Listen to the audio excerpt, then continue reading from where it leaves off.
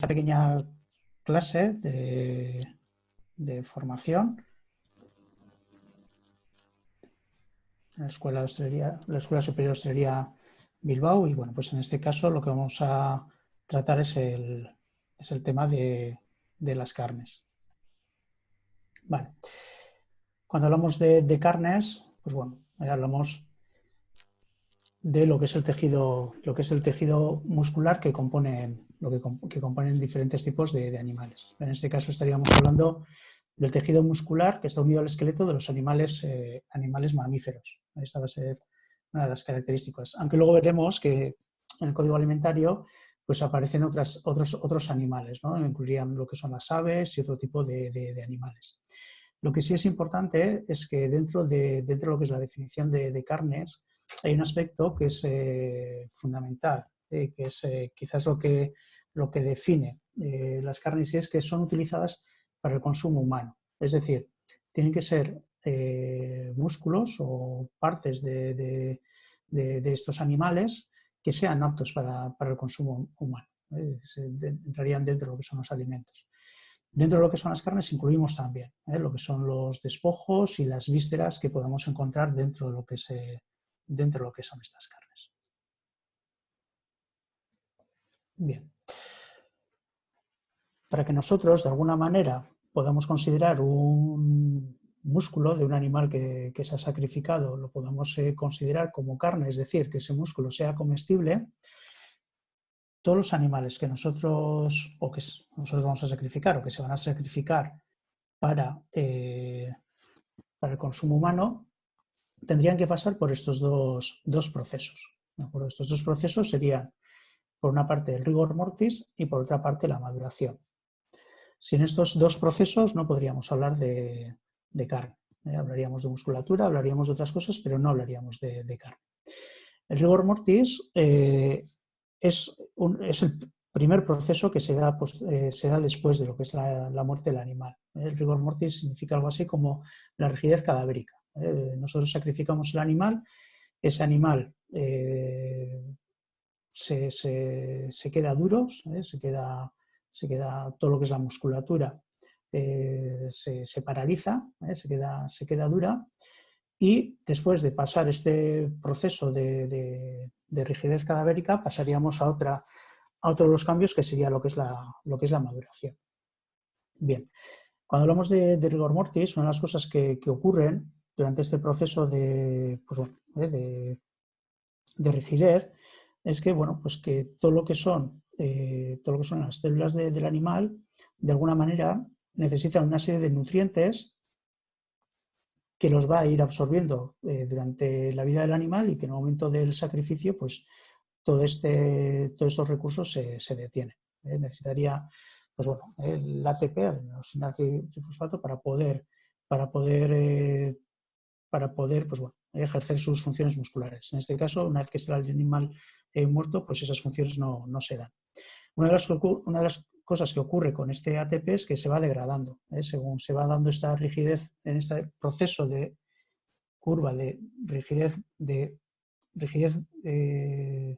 cadavérica y pérdida de esta rigidez, pues bueno, se va transformando este ATP en inosina, que va a ser otro de los productos importantes a tener en cuenta durante el proceso de maduración. Vale. Una vez que ese animal queda rígido y pierde esta rigidez, pasaríamos a la segunda fase. Esta fase sería la fase de maduración, y en este caso estaríamos hablando de una degradación, podríamos decir, positiva de lo que es esta musculatura. Es decir, en este caso las carnes bueno, mejoran en cuanto a sabor, mejoran también en cuanto a textura, mejoran también en cuanto a olor, y mejoran también en cuanto a rendimiento a la hora de cocinar. Es decir, una carne poco madurada pues tiene menor rendimiento que una carne con una maduración más prolongada. ¿De acuerdo? Bien, los factores de sabor y de olor viene como consecuencia de un buen proceso de sacrificio, es decir, que el animal sufra lo menos posible durante este proceso, y también de un correcto proceso de rigor mortis. El ATP que hemos comentado antes, que se transforma en inosina, y este producto va a ser uno de los componentes fundamentales del sabor umami. El sabor umami pues quizás sea uno de los sabores que de alguna manera otorgan valor positivo o mejoran lo que es el sabor y el olor de estas carnes. Bien.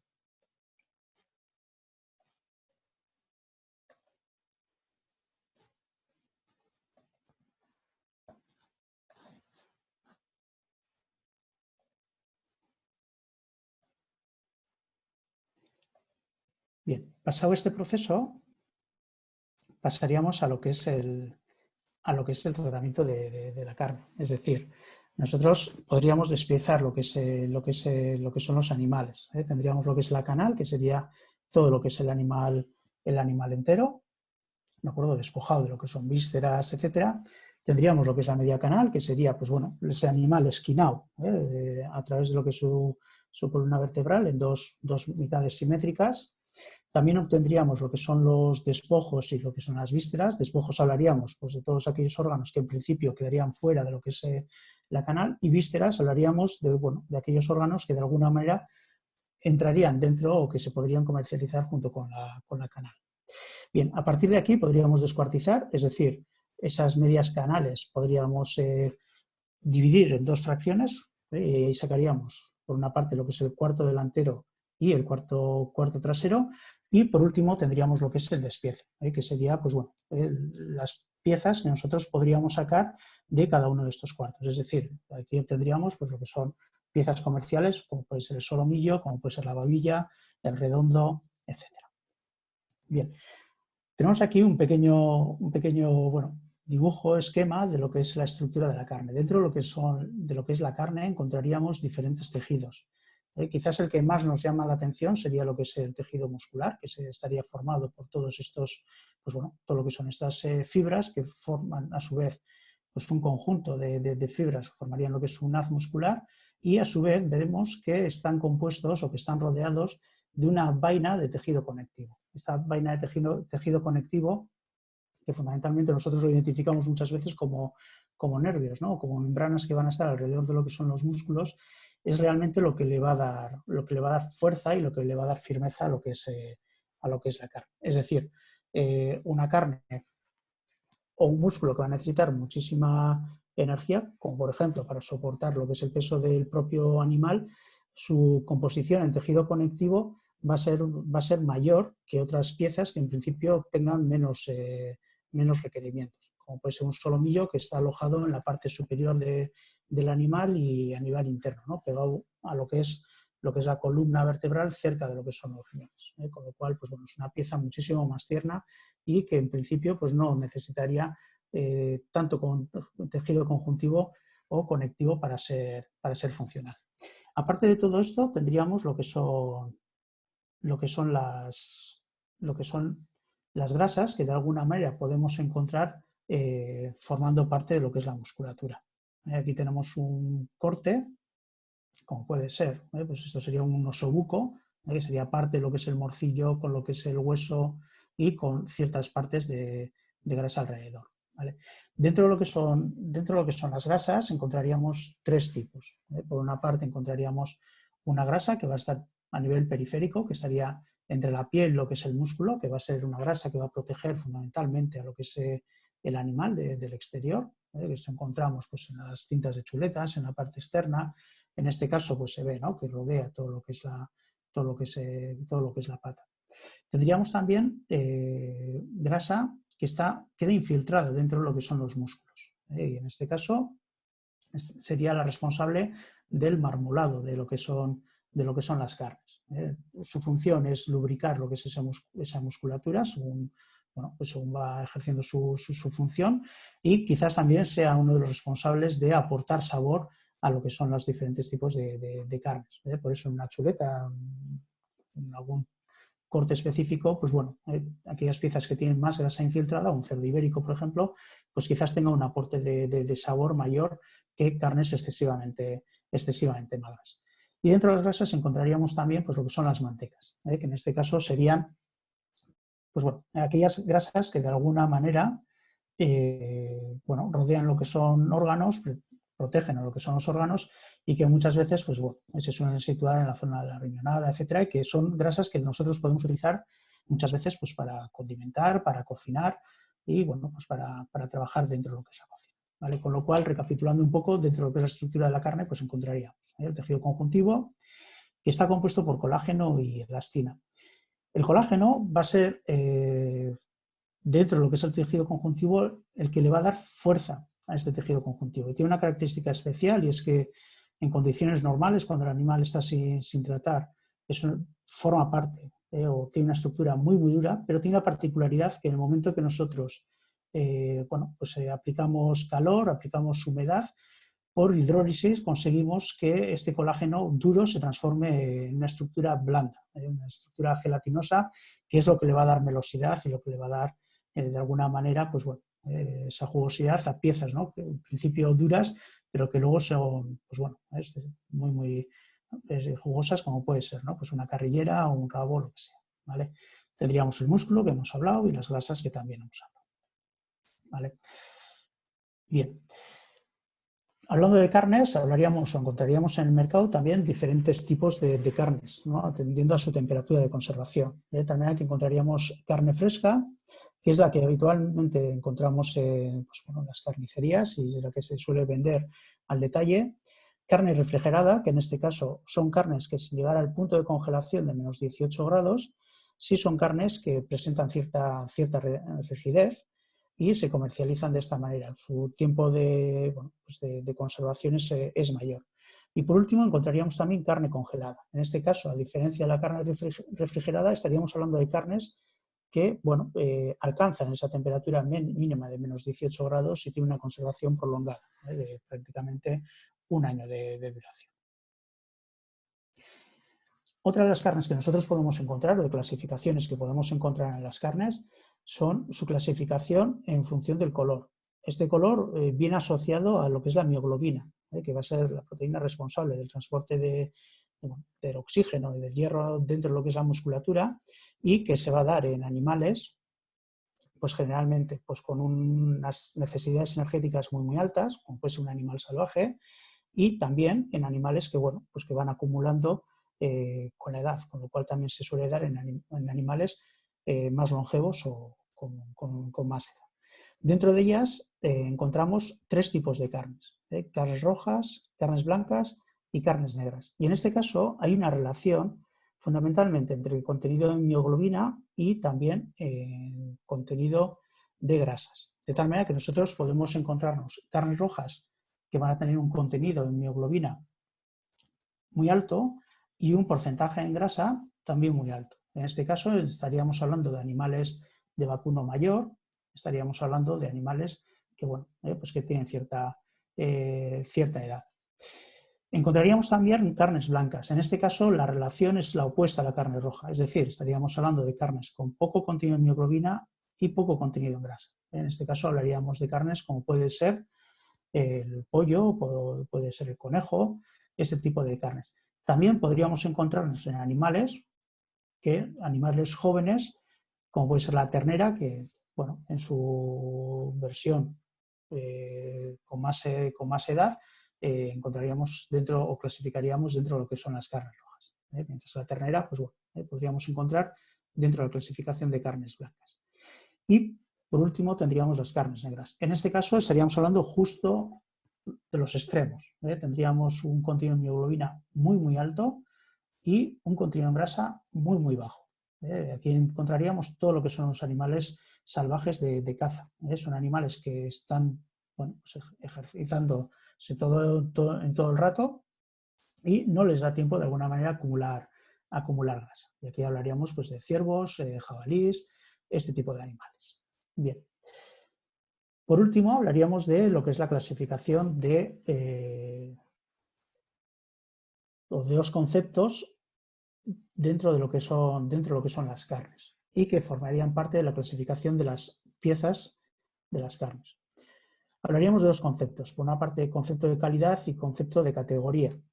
Cuando hablamos de concepto de calidad, estaríamos hablando de todos aquellos factores, que de alguna manera afectan a todo lo que es el animal. Es decir, aquí hablaríamos de factores como pueden ser la raza, la edad, el sexo del animal, la alimentación que ha tenido ese animal, la forma de sacrificar que tiene ese animal, de tal manera que, bueno, son factores que afectan a todo lo que es el animal. Es decir, hay razas que en principio se puede ver en el cerdo, un cerdo ibérico y un cerdo de otra raza, pues tiene unas características evidentes de calidad diferentes. Podríamos hablar también de sexo, pues animales machos que generalmente son los que consumimos, sobre todo en edades más tempranas frente a pues, animales hembra que van a tener también características pues, de grado de engrasamiento diferente. Y que en ocasiones también lo que hacemos es, pues bueno, a través de la castración, etcétera, pues conseguimos modificar también esos parámetros de grado de engrasamiento de lo que es el animal. Bien, por lo tanto, cuando hablamos de calidad hablaríamos de todos estos factores fundamentalmente. Al hablar de categoría, en este caso estaríamos hablando ya sí de las piezas, es decir, estaríamos hablando de cada una de las piezas por separado, y en este caso, esta clasificación de categorías, en categoría primera, segunda, tercera, se hace fundamentalmente en función, por una parte, de lo que es la relación de tejidos, es decir, a mayor contenido en musculatura, menor contenido en tejido conjuntivo, menor contenido en huesos fundamentalmente, su categoría o su clasificación estará establecida en un rango superior. Mientras que una pieza, pues como puede ser el rabo, pues estaría en una clasificación pues, de tercera categoría. En este caso, la proporción de músculo, encima es un músculo con muchísimo tejido conjuntivo, una cantidad considerable de hueso, etcétera, pues de alguna manera pues, estaría en desventaja frente a un solomillo, que es justo lo contrario.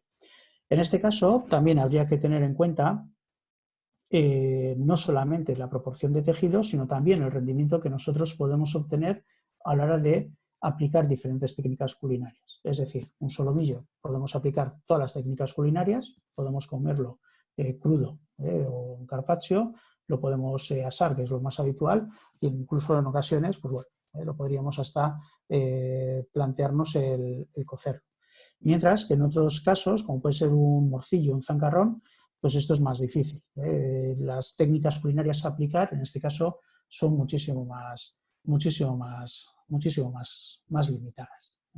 Con lo cual, pues bueno, tendríamos aquí esta clasificación, o estos dos conceptos, calidad por una parte y categoría por otra. ¿Vale? Pues bueno, en principio esta es la primera presentación que hemos hecho de carnes, ¿vale? A través de la Escuela Superior de Hostelería de Bilbao. Y bueno, estoy atento a vuestras preguntas, si es que hay alguna pregunta por ahí. Vale, tenemos por aquí, pregunta Maribel, perdón, ¿cuánto tiempo dura el proceso de maduración de la carne? Vale. Bueno, el proceso de maduración de la carne depende del animal. Depende de varios factores. Depende, por una parte, del animal, depende también de la forma de sacrificar lo que es el animal, la forma también de despiezar lo que es ese animal, ¿de acuerdo? Y depende también de la conformación muscular, relación de músculo, grasa que pueda tener ese animal. En algunas ocasiones ese proceso de maduración termina en todo caso en el momento que empieza el proceso de putrefacción, es decir, esos procesos de maduración, esos procesos que benefician de alguna manera esa carne, pues se van degradando y empezaría un proceso negativo de maduración. Hablaremos de una putrefacción. En este caso, pues bueno, un animal, pues hablaremos de un pollo, pues ese proceso de maduración pueden ser poquitos días, y en piezas que son más grandes, pues en ganado vacuno estaríamos hablando de semanas, y en algún caso, pues bueno, prácticamente, pues bueno, más de un mes o incluso más.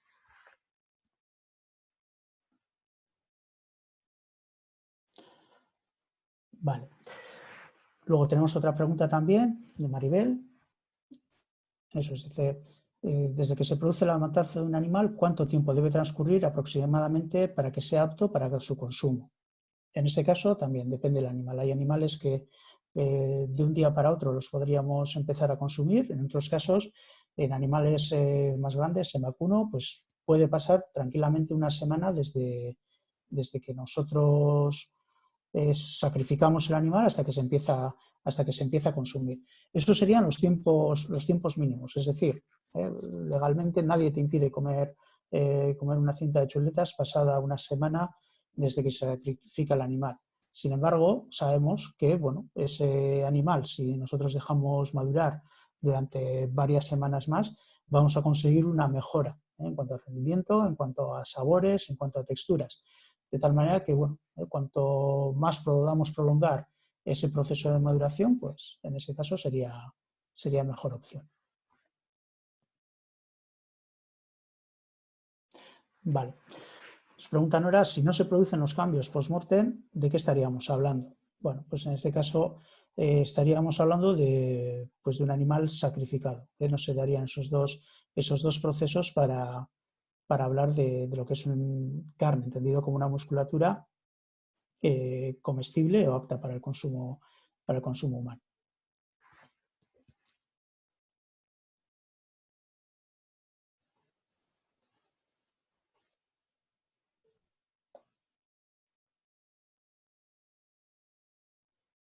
Vale, lo que estáis muy interesados sobre el tema de, ¿vale? El costillar. Tenemos aquí preguntas.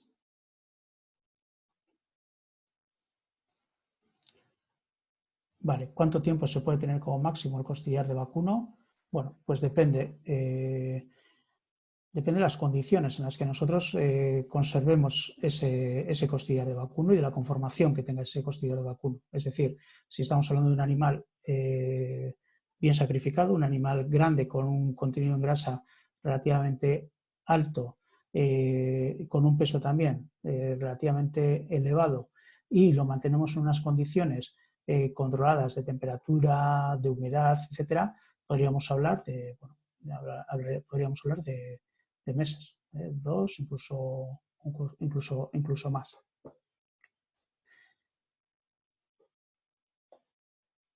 Bien, preguntas, vale, ¿con qué frecuencia semanal debemos consumir carne? Y es recomendable restringir el consumo de carne roja.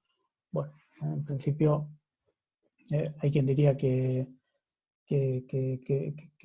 poco o nada en cuanto al consumo de carne, y en otros casos pues hablaríamos de una ingesta moderada, pues de 3-4 veces de consumo de carne a la semana. Bien, ¿es recomendable restringir el consumo de carne roja? Bueno, en principio, una carne roja, tal y como entendemos una carne vacuno sin procesar, bueno, no tendría por qué ser problemático. El problema es el consumo de carnes rojas procesadas. En este caso, pues bueno, lo prudente sería no abusar de ellos, pero no eliminar lo que es el consumo.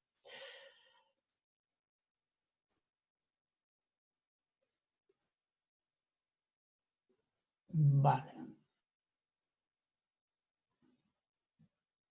Más preguntas por ahí. Vale, se pregunta si el pescado es carne. En principio, el pescado estaríamos hablando de animales marinos vertebrados, marinos o que viven en agua, pueden ser dulce o salada. Vale, por ahí se habla también.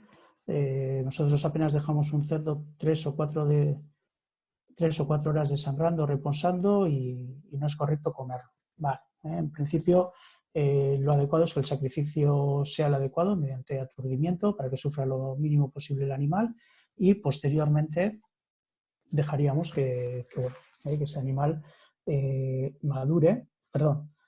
obtenga ese proceso de rigor mortis. Este rigor mortis además se tiene que hacer de manera de pérdida de temperatura paulatina, a pequeños golpes y pequeñas pérdidas de temperatura hasta que llegamos a temperatura de refrigeración, y posteriormente sí sería conveniente una maduración. Quizás sea la forma la forma correcta de obtener el mejor resultado. Vale, ¿qué función realiza el solomillo en el organismo del animal? En principio es una función estructural de sujeción de lo que es,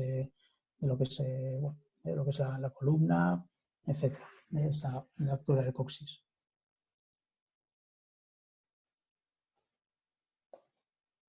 Vale, para una buena conservación de la carne, para su maduración, ¿qué temperatura, humedad, etcétera, sería la idónea? Es que ricasco. Vale, en principio estaríamos hablando de un grado de humedad relativamente bajo, en torno al 60%, 70%, y temperatura, una temperatura por debajo de los 3, 2 grados. Sería una temperatura adecuada para conseguir ese proceso de maduración.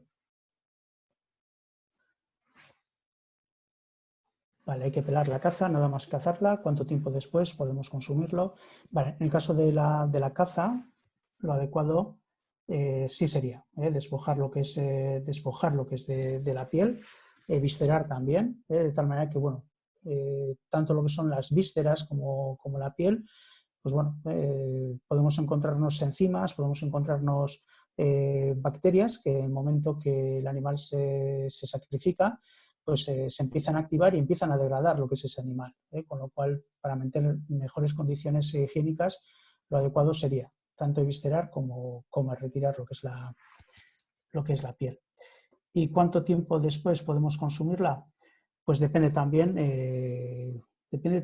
la naturaleza del animal y del peso que tenga el animal. En el caso de caza, que son estructuras que tienen un contenido en grasa relativamente bajo y mucho contenido en colágeno, estaríamos hablando de maduraciones un poquito más prolongadas que el mismo animal equivalente pues de una ganadería o de un corral. En este caso, pues bueno, ahí podríamos alargar varios días más. De todos modos, siempre que esté en condiciones controladas, pues bueno, estos días se pueden modular, se pueden modificar. Vale, carnes rojas procesadas, ¿a cuáles te refieres? Vale, en este caso, cuando hablamos de carnes rojas procesadas, muchas veces hablamos de carnes que se encuentran dentro de lo que es la industria alimentaria y que muchas veces, para potenciar lo que es el color rojo, se utiliza sal nitro. Esta sal nitro lo que hace es que la degradación, en vez de ir a una oxidación de lo que es la mioglobina, vaya a una degradación o de una nitrificación. En este caso, en vez de obtener colores más o menos oscuros, obtendríamos colores más o menos hacia el rojo, rosado. Entonces, en este caso, pues con el calor y con ciertos procedimientos, pues esta sal nitro tiene capacidad de producir nitrosaminas que en principio pues no son recomendables en consumos elevados. Vale. Y por último, respecto a la carne negra de caza, es aconsejable su consumo con igual o menor asiduidad que la roja. ¿Y por qué? Bueno, en principio, cuando hablamos de carnes rojas, de carnes negras, estamos hablando fundamentalmente de carnes de caza. En principio sería el equivalente a lo que es una carne roja. En este caso, cuando hablamos en cuanto a consumo, en cuanto a pauta de consumo. De todos modos, pues bueno, las carnes de caza generalmente suelen tener un sabor y una personalidad más marcada que lo que son las carnes rojas y bueno, depende también del gusto, depende también un poco de la capacidad que tengamos de asimilarlas. Bien, en principio voy a verificar que hay alguna pregunta más.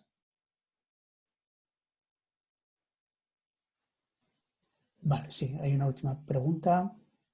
Vale, al sacrificar un animal vacuno tiene que tener un tiempo, una edad, algún peso concreto y a qué edad el vacuno es más sabrosa la carne. Vale, bien, dentro del animal vacuno encontramos diferentes clasificaciones y van todas un poco en función de la edad, edad, peso, etc. De tal manera que, bueno, nos podemos encontrar desde animales jóvenes, ternera, nos podríamos encontrar también añojos y nos podríamos encontrar también animales más mayores, ¿no? Pues como pueden ser novillos, en algún caso buey, etcétera.